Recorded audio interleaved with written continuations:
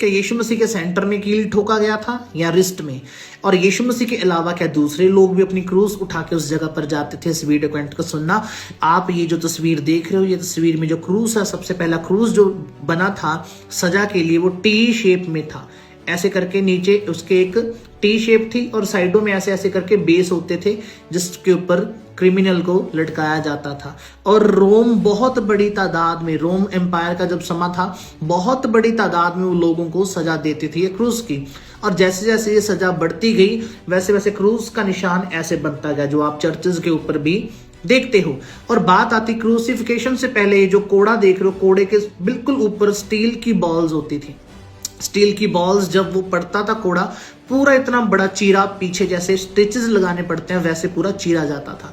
उसके बाद जो क्रूस उठाने की बात आती, यीशु मसीह ने ही नहीं, बहुत लोगों ने अपना क्रूस उठा के वहां तक जाना पड़ता था। इवन कि एवरी क्रिमिनल को अपना क्रूस उठा के उस लोकेशन तक जाना पड़ता था जहां उनको सजा दी जाती थी। और जो कांटों का ताज था वो सिर्फ यीशु मसीह ने पहना था, हालेलुया, क्योंकि उसकी जो यीशु मसीह की प्लेट के ऊपर लिखा गया था यहूदियों का राजा, तो ये उसके लिए उनको कांटों का ताज पहनाया गया, हालेलुया।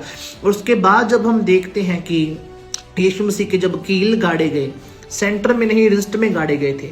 आप ये कील की फोटो देख सकते हो, बहुत बड़ा कील था, हाथ से ज्यादा बड़ा कील होता था वो, जो कि इतनी जो क्रूस की लक्कड़ लट्ठा होता था वो तो बहुत मोटा था, और कील जो था हाथ से इतना ज्यादा ऊपर था, बहुत बड़ा कील होता था वो।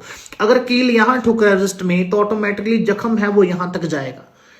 यहां अगर कील ठुक रहा है तो जख्म यहां तक जाएगा। तो तस्वीरों में यहां जख्म दिखाया जाता वो छोटा होता है, पर यहां कील ठोका था, जख्म यहां तक जाता था, क्योंकि यहां से ग्रिप उनकी ज्यादा अच्छी बनती थी, हालेलुया।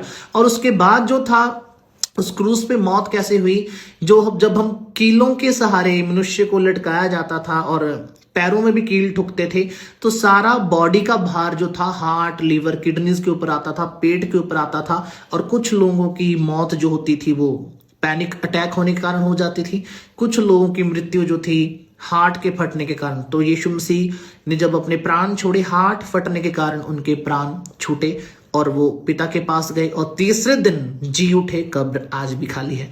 तो यही मेजर इंफॉर्मेशन थी। इस वीडियो को देखने के लिए आपका शुक्रिया। इसको लाइक और शेयर जरूर कर देना। God bless you.